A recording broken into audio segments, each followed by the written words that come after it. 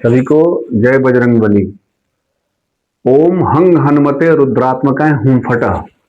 आज मैं इस प्रसंग का जो शुरुआत है हनुमान जी के बीज मंत्र से शुरू कर रहा हूं और मैं आपको यह समझाने की कोशिश करूंगा कि आजकल के जो लोग हैं, आजकल के जो समाज है, परिवार है, वो पैसों की वजह से संबंध को खत्म करते हुए जा रहे हैं।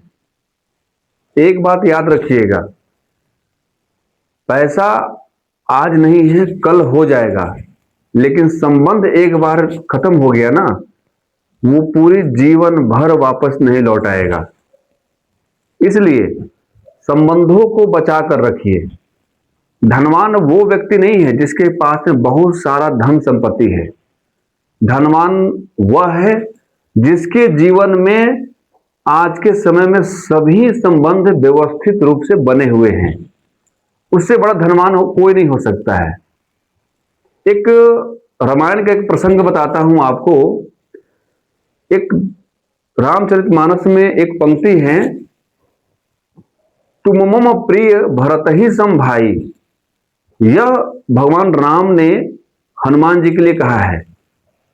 यह प्रश्न आ सकता है हम लोगों के मन में कि उन्होंने लक्ष्मण के लिए क्यों नहीं कहा। लक्ष्मण का उदाहरण दे सकते थे, शत्रुघ्न का उदाहरण दे, भारत का ही उदाहरण क्यों दिया? क्योंकि भारत में वो धन के प्रति जो त्याग है और राम का जो धन के प्रति त्याग है वो उसमें दर्शाया गया है।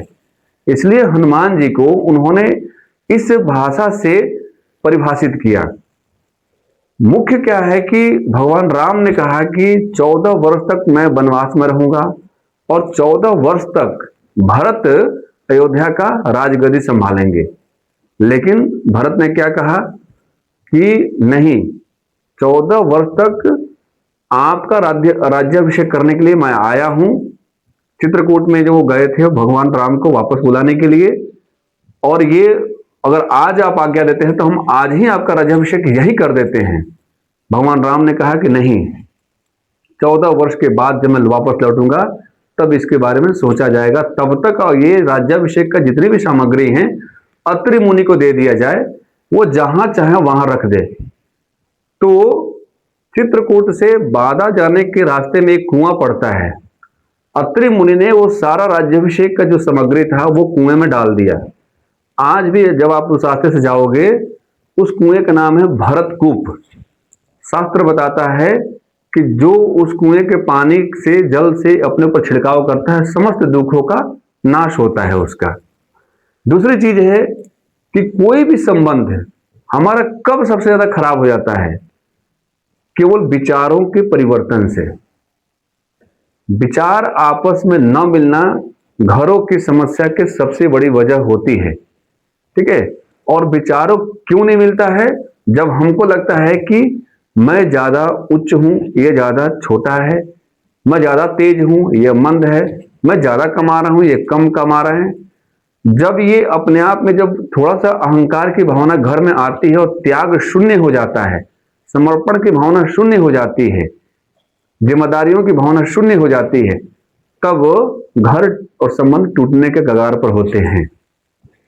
भगवान राम और भगवान शिव के जीवन से हमें कुछ ये शिक्षा लेनी चाहिए। तमिलनाडु में धनुषकोटी में जब भगवान राम ने रामेश्वरम मंदिर का स्थापना की अपने हाथों से, मिट्टी से शिवलिंग बना करके, तो प्रश्न उठा कि इस स्थान को, इस शिवलिंग को क्या नाम दिया जाए?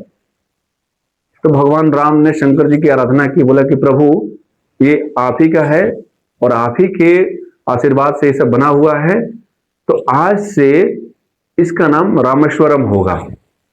जब भगवान हनुमान जी ने राम जी से पूछा कि प्रभु रामेश्वरम की व्याख्या कीजिए, तब राम जी कहते हैं, रामस्य ईश्वर यस्य स रामेश्वरम। राम के जो ईश्वर है वही रामेश्वर है। देखिए, हमको अपने जीवन में ये चीज को धारण करनी चाहिए। भगवान राम ने कैसे इसकी व्याख्या भगवान शंकर को ज्यादा ऊंचा उठाने के लिए किया कि भगवान शंकर जो है हमसे श्रेष्ठ है। और जब पार्वती जी बैठी हुई थी और भगवान शंकर मुस्कुरा रहे थे, तो पार्वती जब पूछती हैं कि आप क्यों मुस्कुरा रहे हैं, तो वो देखिए कि भगवान शंकर ने राम जी को किस तरह से आदर दिया। भगवान शंकर बोलते हैं कि देखो प्रभु ने किस तरह से व्याख्या ही बदल दी रामेश्वरम की। तो पार्वती जी बोलती है तो फिर सही व्याख्या क्या है? तो बोलते हैं रामः ईश्वरः यह स रामेश्वरम। राम जिसके ईश्वर है वो रामेश्वर है। और हम अपने रिश्तों में हमको लगता है ना कि हम ज्यादा ऊंचे हो गए, हम ज्यादा पद प्रतिष्ठा वाले हो गए हैं, तो हम सामने वालों को इज्जत नहीं करते हैं। जब हमारे इष्ट देव भगवान राम, भगवान शिव आपस में कोई उच्च नीच का भेद नहीं करते हैं, तो हम क्यों करें?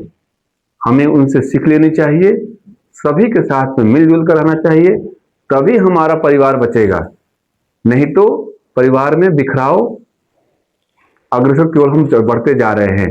तो आज हम इस वीडियो से, इस प्रसंग से हम यही बताने की मैं कोशिश कर रहा हूं कि परिवार में सभी आदमी, चाहे बड़े हो या छोटे हो, तेज हो मंद बुद्धि का है, मिलकर रहिए, एक साथ रहिए और विचारों को एडजस्ट करने की कोशिश कीजिए, एक दूसरे को सम्मान दीजिए, तभी परिवार हमारा चलेगा।